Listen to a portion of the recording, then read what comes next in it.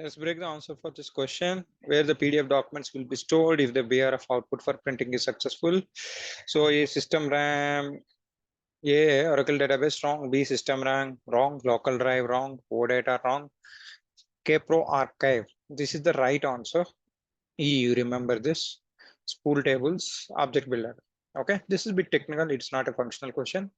So it is constant. The answer is E, Kpro dive.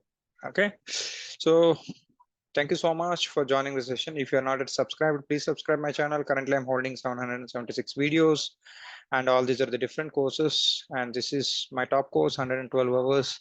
And these two are very, very important for real time, for idoc training, getting master to write functional specification. I specifically recommend all these courses. I'm just providing these links below of this video. If you really want, you can subscribe. Thank you so much. Wishing you all the best. Have a great day. Jai Bharat.